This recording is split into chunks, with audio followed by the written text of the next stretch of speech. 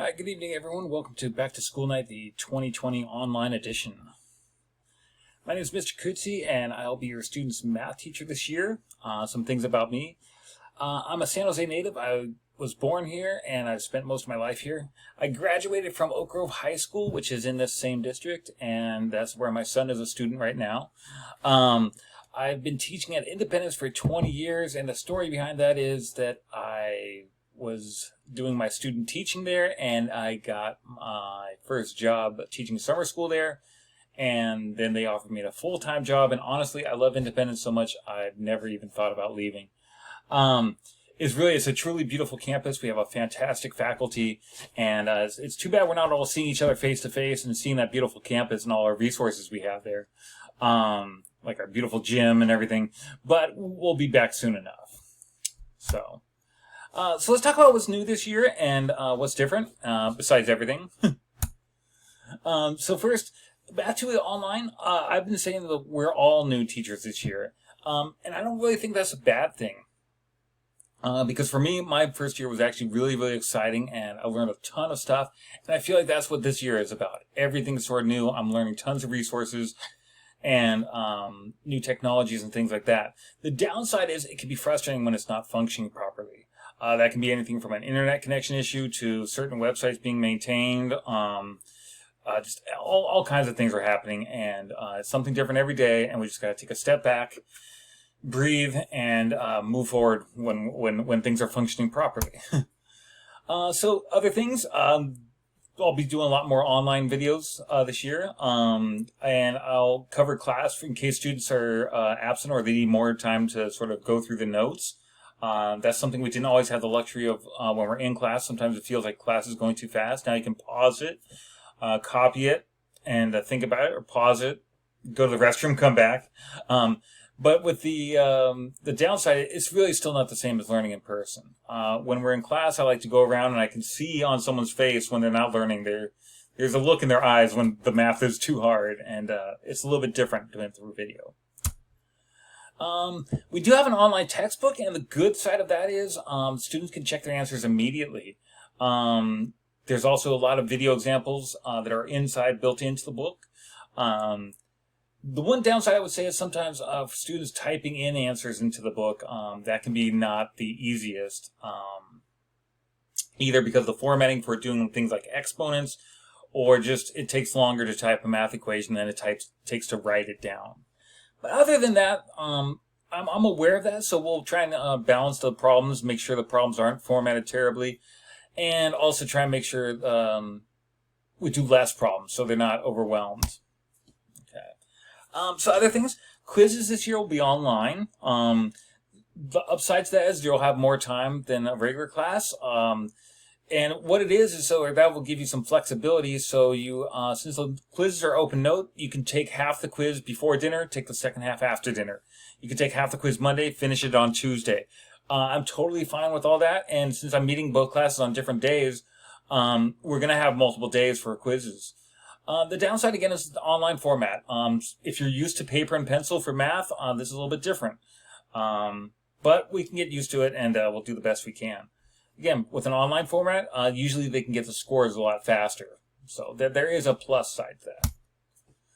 So how do your students find course materials? Well, there's Google Classroom. That's one of the main places I'll be posting stuff. That helps so I'm not always emailing everything. Google Classroom is somewhere where I can post it, and they can go check last week's notifications, this week's notifications. It's all still online in one location. Okay, and I'll show you that before we finish this presentation. Zoom is the website or the app that we use for the online class as our video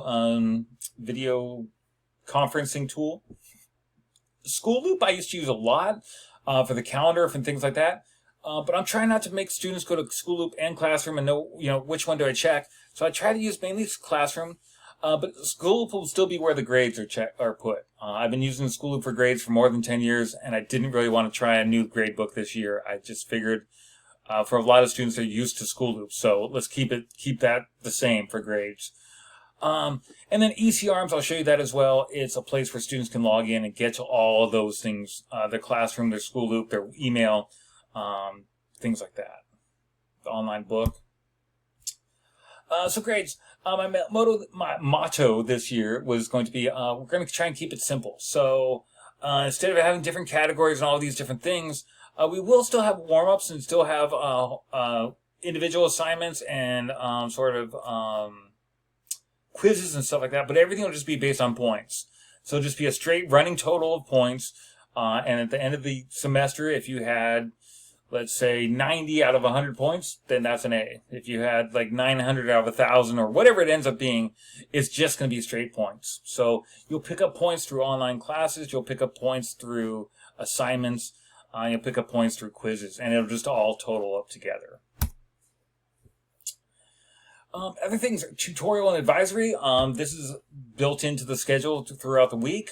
Students can drop in for as long as they have questions or as short. So what I mean is if it's one question, they need 3 minutes, that's it. They can leave. Or if they want to stick around and do their whole homework assignment, that's totally fine as well. We could try and see if we can set up a student study group during that time. Because doing math on your own is not easy.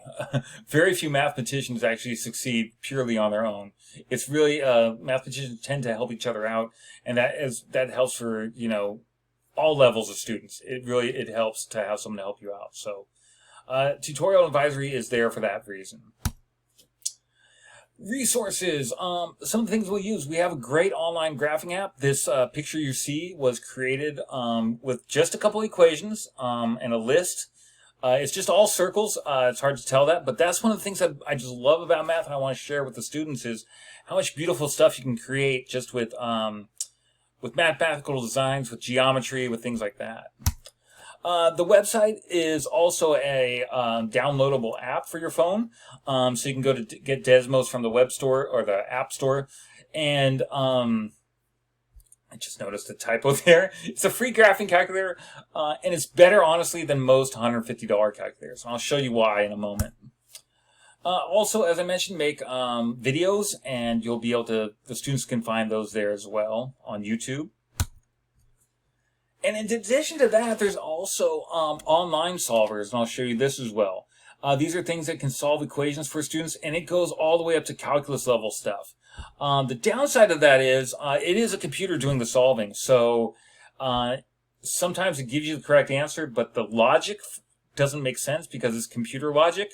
But it's totally good for checking answers if they're not getting what the book's saying and they want to try to check somewhere else. Symbolab's one of them. There's a ton of free ones, and it's just amazing how much stuff is out there. So let me shift over and I'll show you some of those.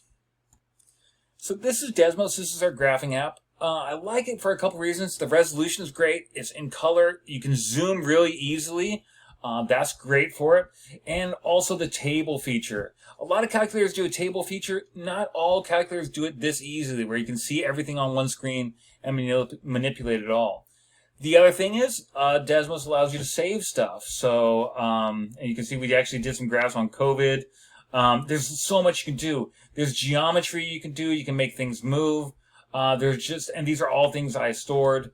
And, again, this is more of a geometry thing, and we will show the students how to create these things. There it is. Sorry about that. So much you can do. This is with a graphing calculator, and it's just amazing what can be done with this. So that's Desmos. The other thing they have is this is our online book. It looks exactly like the regular textbook. The advantage is that there's little buttons that students might have overlooked. There's a little button here that says tutorial. When they click on the online version, it brings up its own video. Okay, these are wonderful, but every once in a while I teach things a little bit differently than the book does, and I say, oh, that's good, but I like to do this other method. And so for those things, I have my own YouTube channel, and I'll be putting on videos and things like that. And so you'll see up here it has Math 3 section 2.7, Math 2 section 2.5, and different ones and stuff like that. And just each section will keep on adding to it, and they can go back at any time and watch these. A lot of times it'll be the same information they saw during the week, so they don't have to watch both times. But if they miss Monday's class, they can go back and watch it here. But like I said, they can also go watch the videos on the online book, or some students, they might be able to follow the examples and get it that way. There's lots of different options, and it can be kind of overwhelming. So I try not to overwhelm them with it all. But we're sort of rolling. We're about 7 or 8 weeks into school now, so hopefully they're finding what works.